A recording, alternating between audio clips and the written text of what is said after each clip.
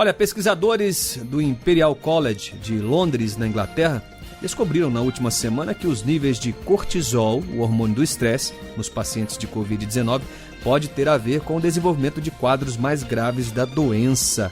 Vamos saber um pouco mais sobre essa questão, entendermos um pouco mais sobre este estudo. Nós estamos ao telefone com a doutora Lívia Marcela dos Santos, médica, professora de endocrinologia do Centro Universitário São Camilo, em São Paulo.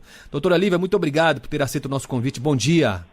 Obrigada, bom dia. É um prazer estar falando com vocês.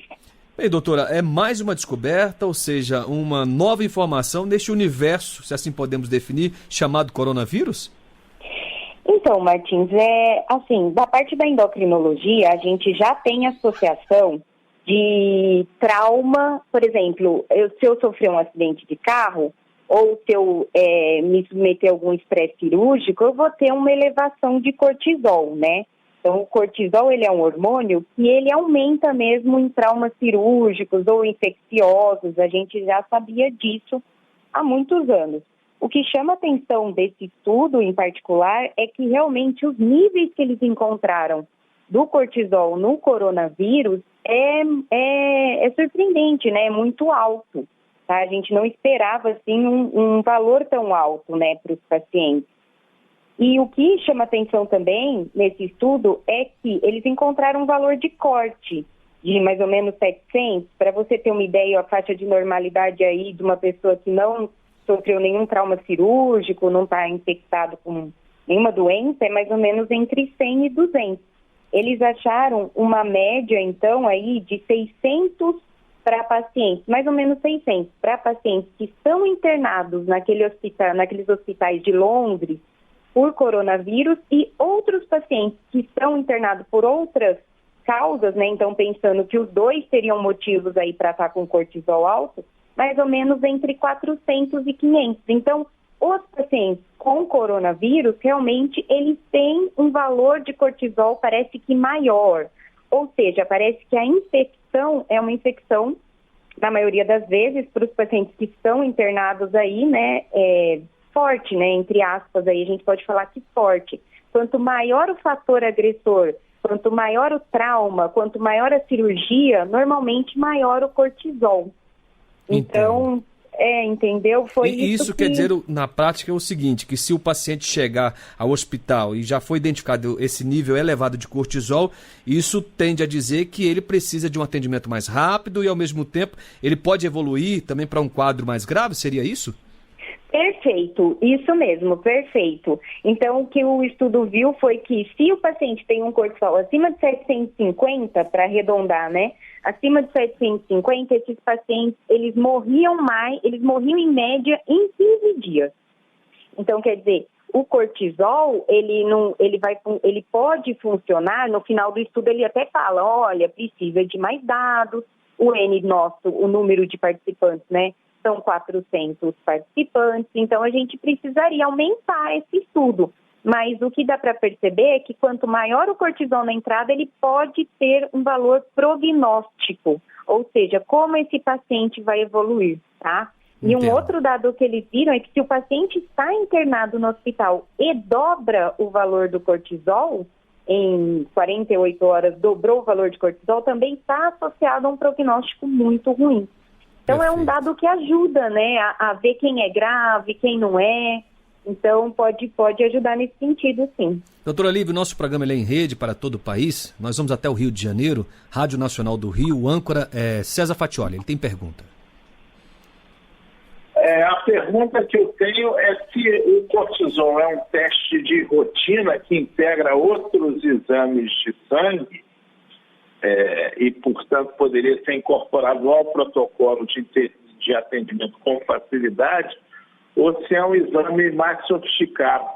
E se o SUS e os planos de saúde por meio da Anvisa estão preparados para fazer esse teste com agilidade e baixo custo. Perfeito. Bom dia, Fatioli, tudo bem? É o seguinte, o cortisol não é um teste caro, tá? Assim, não teria grandes impactos orçamentários pedir o cortisol Mas só que assim, o cortisol que a gente acaba pedindo, expandir o estudo lá de Londres para o Brasil, a gente precisa sempre tomar cuidado para não cair naquelas armadilhas. Vamos fazer isso para todo mundo e de repente não é bem assim, não é isso que foi válido. Então precisaria realmente a gente ter um estudo aí dentro do Brasil com a nossa população, com o nosso cortisol, porque quando a gente muda de laboratório, a gente muda o valor de referência, tá? Então, precisaria ter uma validação para o Brasil para a gente não acabar caindo naquela coisa, vamos fazer para todo mundo e de repente daqui um mês, né, a medicina ela está evoluindo como nunca agora, daqui um mês a gente perceber que não é bem assim, não precisava ter feito isso, não vale o prognóstico. Mas dentro desse mesmo estudo, o que eles viram eles não mediram só o cortisol nesse estudo, eles mediram inclusive, que o cortisol chama muita atenção, né? Mas eles mediram PCR ultrassensível. E no Brasil a gente faz PCR ultrassensível, é um exame de valor de inflamação / infecção, né? E a gente sabe que quanto maior esse PCR ultrassensível, maior a chance de um prognóstico ruim. Talvez a gente validar aí o PCR, que não passa por ciclo circadiano, igual o cortisol ele varia ao longo do dia, o PCR já não, fosse até melhor do que o cortisol, porque o cortisol tem todas essas influências, né? PCR não, PCR ele é um exame mais fino, mais acurado, e a gente tem condições sim de fazer o PCR no Brasil tranquilamente, a gente até faz, tá? Se chega um paciente grave, a gente faz o PCR e a gente tem essa ideia de que o PCR aumenta muito ou se o PCR dobra, com certeza o prognóstico desse paciente vai ser pior para qualquer tipo de internação. Doutora, para concluir, o que se esperar a partir dessa pesquisa? Eu acho que esperar, assim, uma validação com um número maior de pacientes, isso é muito importante, né? Muito importante mesmo.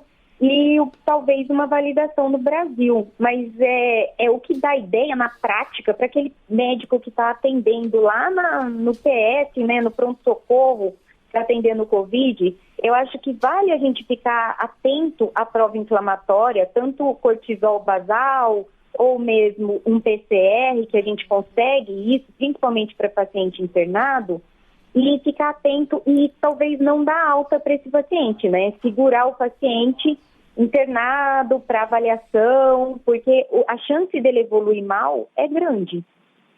Perfeito. Olha, a gente agradece a doutora Lívia Marcela dos Santos, médica, professora de endocrinologia do Centro Universitário São Camilo, em São Paulo, pela atenção com o nosso público em esclarecer essa questão, essa pesquisa aos nossos ouvintes. Muito obrigado, viu, doutora Lívia? Obrigada a vocês. Bom dia, viu? Bom dia, uma ótima sexta-feira, um excelente fim de semana.